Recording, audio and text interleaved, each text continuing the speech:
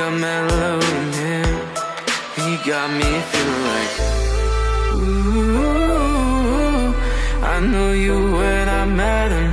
I left the... Capitólio está localizada entre a Serra da Canastra e o Lago da Hidrelétrica de Furnas, um dos maiores do mundo.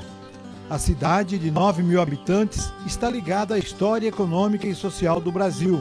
Um quase certo colapso no fornecimento de energia elétrica ao país foi evitado no início da década de 60, graças à construção, na bacia do Rio Grande, da usina hidrelétrica de Furnas, a poucos quilômetros de Capitólio. As obras começaram em 1957 e as primeiras turbinas foram acionadas 5 anos depois. O imenso lago inundou áreas em 34 dos 853 municípios mineiros, inclusive em Capitólio. Alguns moradores guardam fotos dos momentos que mudaram os destinos da cidade. Muito trabalho para o único caminhão da prefeitura naquela época. Partes de antigas fazendas ficaram submersas e algumas cidades foram totalmente inundadas. Cerca de 35.000 habitantes foram transferidos para os lugares mais altos, fora do alcance das águas, mas o colapso elétrico foi evitado. O desenvolvimento econômico veio junto com a oferta na fartura de água e também de energia elétrica, atraindo centenas de empresas. Um detalhe que poucos sabem é que está em Capitólio um dos primeiros exemplos de transposição de rios do Brasil. O Ribeirão Piuí, que passa por aqui, teve o curso interrompido. Ele desaguava no Rio Grande, no sentido sul, em direção ao Oceano Atlântico, mas o curso dele foi desviado para o sentido norte e suas águas passaram a fazer parte da bacia do velho Rio São Francisco. A história de Capitólio tem outras passagens importantes. Já se vão cerca de 200 anos. Começou a ser povoada primeiramente por tropeiros por volta do ano de 1800, numa região conhecida como Mata do Rio Piuí, onde se destacavam 2 imigrantes portugueses, Machado de Faria e Gonçalves de Moraes. O lugar se desenvolveu com a abertura da Mata Virgem. Por volta de 1830, já era evidente o aumento da população com a chegada de outros pioneiros.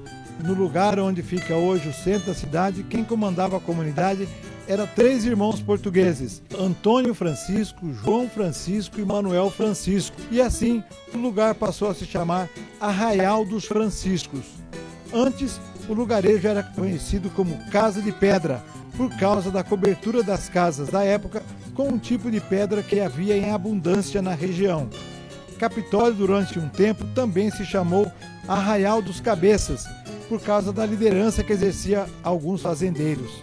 Na bandeira de Capitólio, lá estão 3 cabeças que simbolizam aquele momento histórico. Chamou-se também São Sebastião dos Franciscos e, finalmente, Capitólio, nome que ganhou quando teve início o movimento para elevação a distrito, que pertencia a Piuí, e depois a município.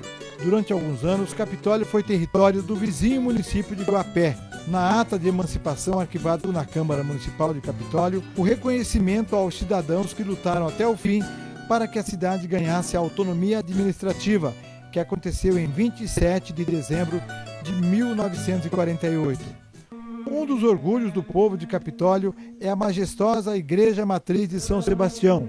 Ela foi construída no mesmo lugar onde havia uma antiga capela, erguida por volta do ano de 1893, em terreno doado pelo fazendeiro Pedro Messias da Cunha. Ocupa uma quadra inteira no centro. Imensas colunas, impecáveis pinturas e imagens muito bem conservadas retratam a fé dos capitolinos. Uma pessoa em especial tem a admiração de toda a comunidade, o saudoso coronel Lourenço Belo, que ajudou o povo com ações louváveis. Trouxe para Capitólio, por conta própria, energia elétrica. Aliás, a antiga usina que construiu também foi tomada pelas águas e está submersa no fundo do lago do Rio Piuí. Além de abrir estradas, Coronel Belo construiu este casarão para morar em 1916, hoje tombado pelo patrimônio histórico e pertence à Sociedade São Vicente de Paulo, os vicentinos, e mantém todas as características originais. Nas paredes internas, uma coleção de cartazes das festas realizadas todo ano com a participação efetiva da comunidade, que homenageou dando nome a uma escola do município e também a nome de rua. Nesses mais de 70 anos de emancipação política e administrativa, Capitólio tem sua história contada em livros. Um deles foi escrito pelo ex-padre João da Silva Barros, que chegou há 50 anos na cidade, apaixonou-se por ela e nunca mais a deixou. Seu Ildeu Soares de Oliveira, de 89 anos, nasceu em Capitólio e viu como tudo se transformou nessas quase 9 décadas. Capitólio é referência no turismo, explora os atrativos naturais com profissionalismo e respeito à natureza. O destaque são os cânions no Lago de Furnas, que atraem milhares de turistas o ano inteiro. Nas festas populares, gente de toda a região. Nas procissões, nas festas juninas, do padroeiro São Sebastião e no Carnapitólio, bem imaterial registrado do município. O crescimento da população ajuda na abertura de novas oportunidades de trabalho. Um exemplo é este condomínio de alto padrão que atrai investidores de todo o estado numa área onde está uma das maiores marinas do Brasil. A cidade produz ainda muito café. Centenas de sacas saem todo ano dessa fazenda. O velho terreirão de mais de 100 anos, que fazia e ainda faz a lavagem e secagem dos grãos, está do jeito que foi construído. Uma forma de preservar a memória do cultivo do café na região. Esse alambique fabrica cachaça há mais de 80 anos. Ele é tocado pela terceira geração de uma família capitolina. No bairro Macaúbas está um exemplo de cultivo de agricultura familiar. Os produtos orgânicos que são vendidos na principal feira livre da cidade e vão também para a merenda escolar, tudo totalmente sem uso de agrotóxico. Nessa fazenda, o engenho de cana-de-açúcar ajuda na produção de muita rapadura e tem também uma casa de farinha em pleno funcionamento. O velho manjolo, movido pela água que desce da serra, não é apenas objeto de decoração. Andar pela área rural de Capitólio é fazer uma viagem a um passado de glória. A arquitetura de igrejas e sedes de fazendas centenárias ilustram cenários e provocam viagens imaginárias dos visitantes. No Centro de Atendimento ao Turista, trabalhos de mais de 70 pessoas que pertencem à Associação dos Artesãos de Capitólio. Cada um mostra talento, transformando tudo em arte e decoração. Capitólio preserva o patrimônio histórico de forma efetiva. Alguns prédios mantêm as características originais, como esta casa que pertenceu ao coronel Levi Teodoro dos Santos. Este hoje é um hostel, foi do ex-prefeito Joaquim Arantes. Este outro foi residência do fazendeiro José de Oliveira Melo, o Zé Neca. No bairro Morro do Chapéu, um fazendeiro preserva esse muro de pedra, com mais de 120 anos. Ele cerca toda a propriedade. O transporte dessas pedras era feito em lombo de burro e carros de boi.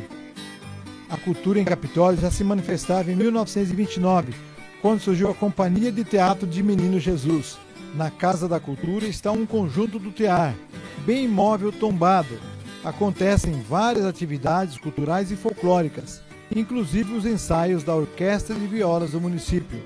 Cerca de 200 mil hectares do município de Capitólio estão dentro do Parque Estadual de Serra da Canastra, o grande pulmão verde de Minas Gerais.